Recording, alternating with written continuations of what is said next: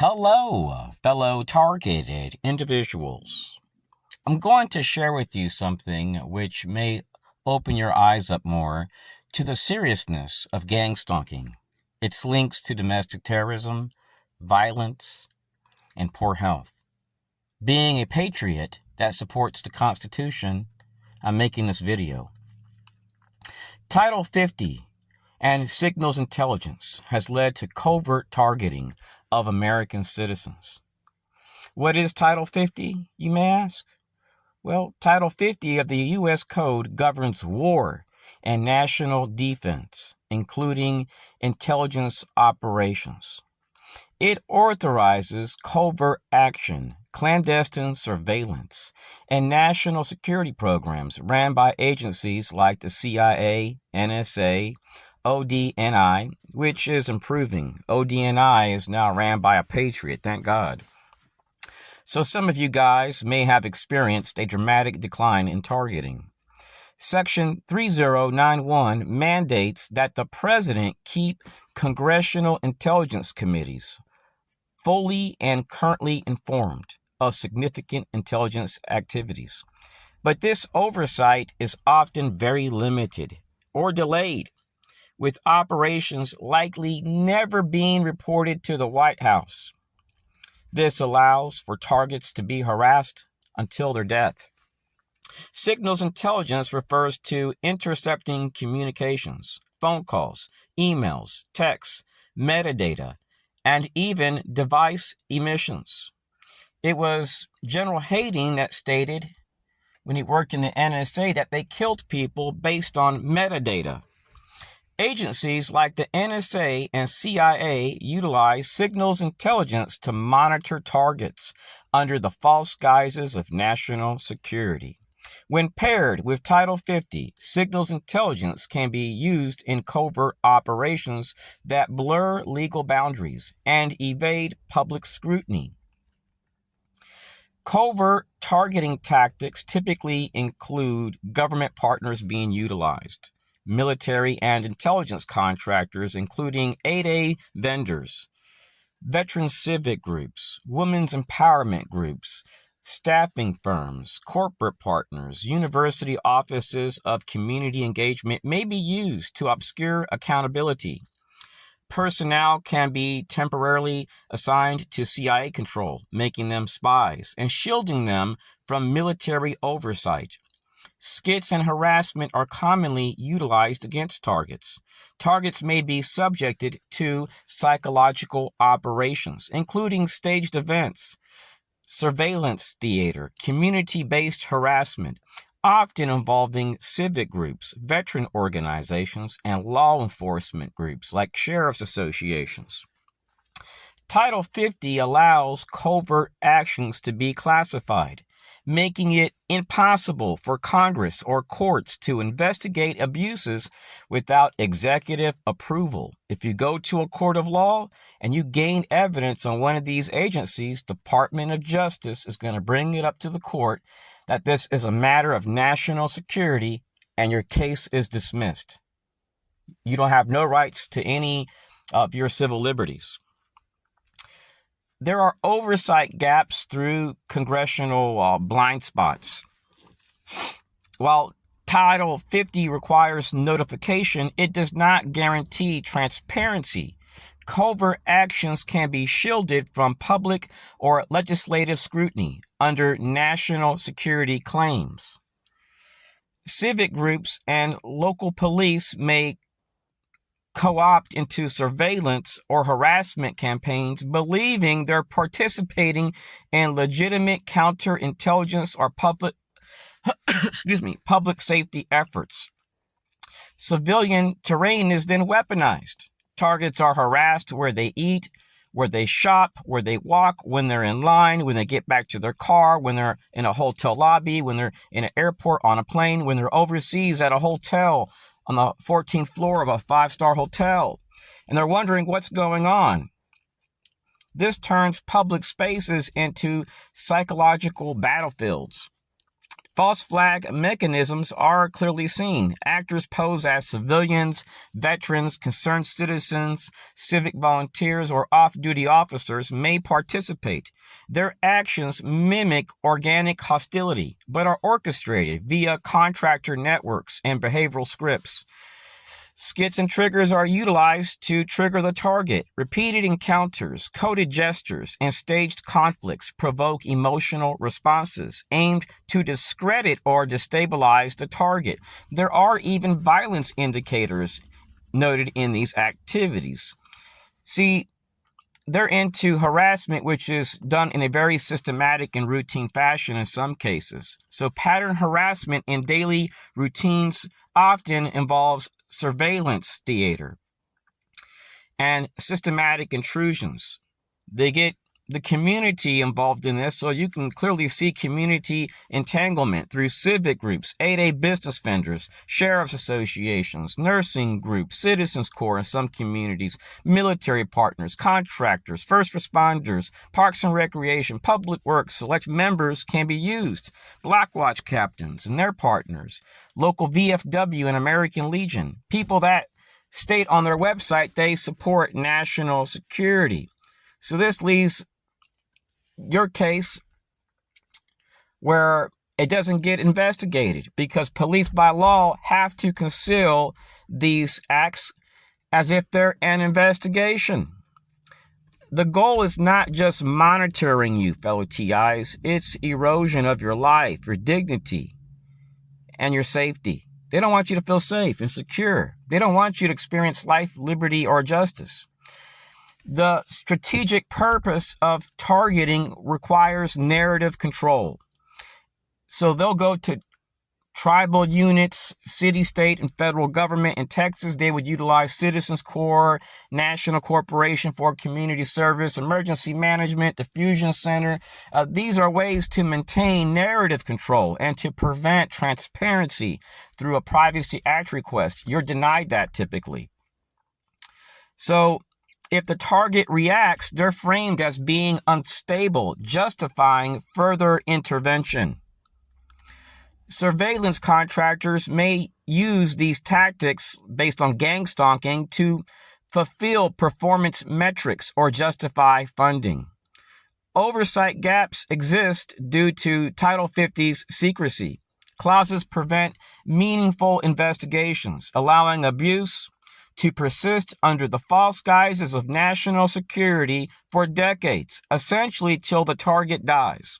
These attacks are carried out through foreign targeting opportunities, even overseas. There are groups and governments that will accept contracts. It can be that country's government affairs office, and they may turn to police and other partners to assist in these bogus investigations. So there's a lot of institutional cover-ups, fellow TIs. I want to share how these perpetrators are doing this. These institutional cover-ups are based on civilian recruitment, neighbors, emergency managers, school staff, medical professionals. Sorry, let me get a sip of water here. Medical professionals are enlisted. Okay, have some water. So sometimes these people will provide an incentive and they'll mislead people to participate in these harassment and surveillance campaigns. Through bogus documentation, these actors may generate false records, portraying the target as being unstable, aggressive, or delusional, creating a paper trail that justifies institutional silence or intervention.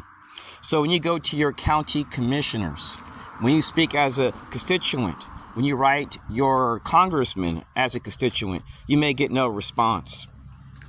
Multi-agency entanglement is very apparent when multiple sectors such as education, healthcare, law enforcement collude. Oversight becomes fragmented and accountability is obscured.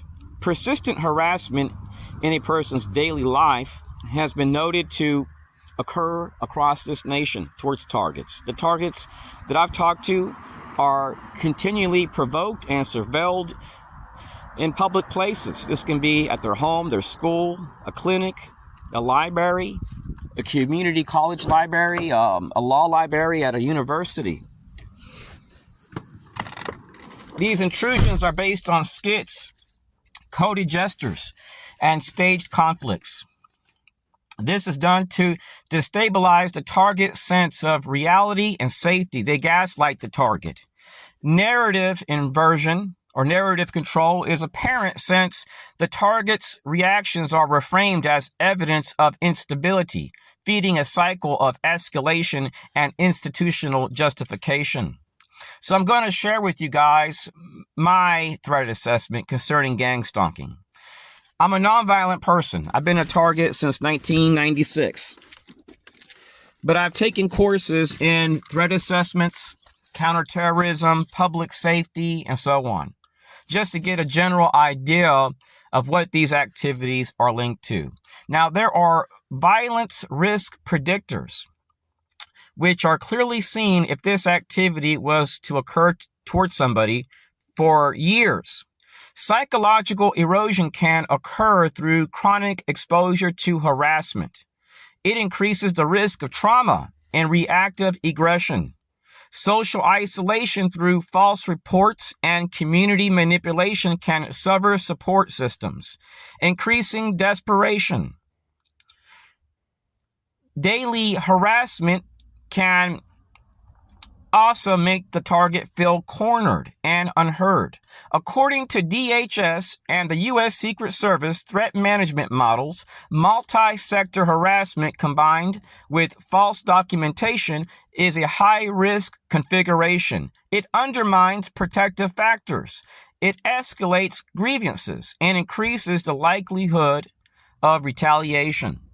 When a target has repeatedly informed federal agencies such as the FBI, DHS, DOJ, or even oversight bodies like OIG and receives no investigation, no acknowledgement, no communication, it strongly suggests institutional collaboration or coordination. So, the target submits complaints, evidence, and requests for investigations across multiple agencies are denied. There's no response, there's no actions. Agencies fail to help. There's no corrective oversight.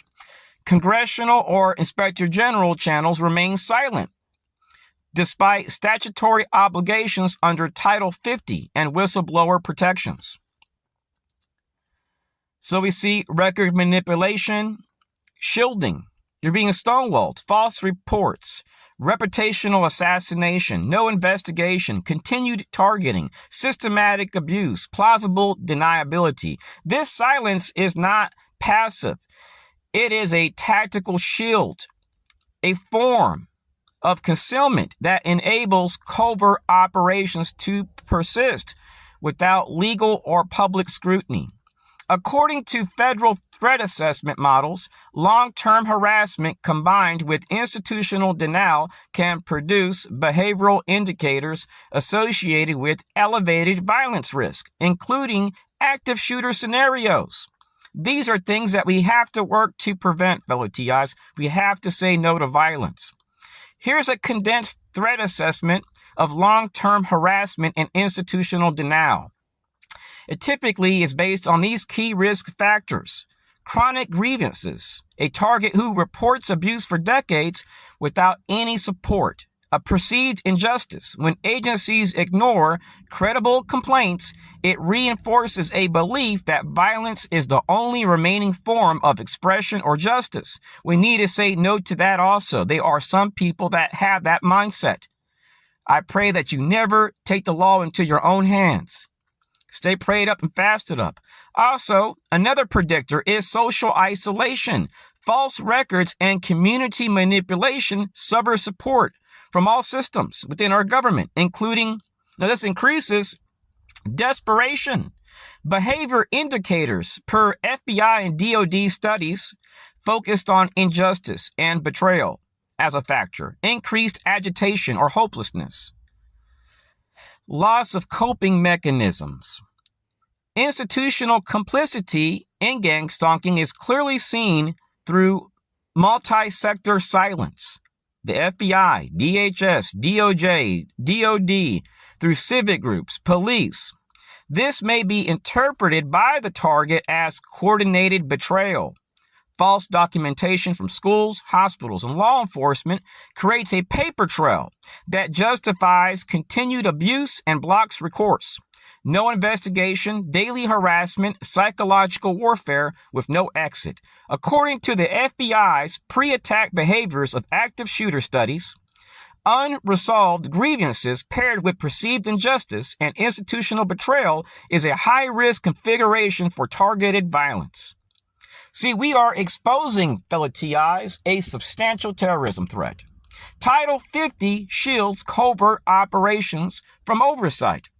Signals intelligence enables behavioral mapping and psychological warfare. False flag harassment weaponizes civilian terrain. Institutional silence becomes coordinated concealment. Bogus records create reputational assassination. Multi-sector entanglement through schools, hospitals, police, contractors, neighborhood watch groups forms a decentralized targeting apparatus. In this configuration, national security is not protecting the public, it's protecting the abuse. The system, under the guise of defense, becomes the architect of destabilization. It manufactures instability, then cites that instability to justify further targeting. This is not counterintelligence, it's counter-humanity. Are you being harassed for years, fellow TIs, in stores, schools, especially by women? Well, this tactic was often used in counterintelligence harassment by the CIA and the FBI in these COINTELPRO style operations, which occur for decades. And they typically revolve around contractor-led behavioral mapping. It exploits civilian terrain and it creates plausible deniability in your case. If this occurs daily over years, especially in public places, like stores, where you walk, where you fish, it can lead to PTSD, hypervigilance, and trauma. It can lead to a state of social isolation, narrative inversion. If the target reacts, they may be framed as misogynistic, unstable, threatening, justifying further targeting or institutional denial. According to threat models, long-term symbolic harassment combined with ideological framing increases the risk of reactive violence or breakdown. So you're perhaps wondering why you're being harassed by people that are coming up as radical feminists, that are doing defense contract work, that are ex-U.S. Army and have a background in psychological operations. In Texas, they may have worked with community solutions. They may have worked with the Citizens Corps programs or emergency management or even law enforcement. They're perhaps ex-law enforcement, ex-military, and they're working with police or whatever. These types of people, fellow TIs, can be easily persuaded to do things on the side for money. They exist all across the United States. I quit smoking a few years ago, and I've been utilizing nicotine pouches. Right now, I'm on 3 milligrams. So sometimes when I make a speech, these pouches will go back behind my throat or they'll dry my mouth out. So I did the best that I could to present how I view these activities based on gang stalking. I have successfully recorded the NSA slamming phones on me, the FBI, Department of Homeland Security, and I've never received a response back from DOJ's Civil Rights Office concerning a civil rights complaint. I have video proof which shows I've sent letters. It actually shows me sending them via email and by mail. I've never received a response back. Underneath this video, I'll share some links concerning my targeting in Texas and here in Florida. I'm a nonviolent person. I've never harmed not one perpetrator. And I can show you videos showing black SUVs, harassment in schools, and it shows the CIA logo, people with Masonic logos, Jewish people, calls from the UK with heavy breathing and gunshot noises, odd phone calls from Langley, Virginia with gunshot noises. Go to my channel called On ADL 2023. I have quite a few other channels. I'll place some links underneath this video. I've never had one American or veteran say, hey, we're here to help. These have been the people who harass me, to fall into believing in the slander everywhere I move to. Anyways, that's all I want to share. I've been harassed for years in supermarkets by women, people from Virginia, people that are black ops contractors, and I've gained proof. And not one agency within the United States has ever responded back. I'm so glad I never joined the U.S. military when I was younger. After what I've seen, my only mission is to lead the United States to experience life, liberty, and justice. Say no to terrorism, say no to violence in our schools and in our communities. And what you're doing, CIA, in our schools and in our communities isn't right. And what the FBI did to me in prior states is disgusting. You're out here harassing people, destroying people's lives for years, and then covering it up as if you're the good guys. And you have the audacity to have U.S. flags around your facility as if you are here to uphold the Constitution. Hopefully things are going to change now that President Trump has put patriots in these offices. Anyways, God bless.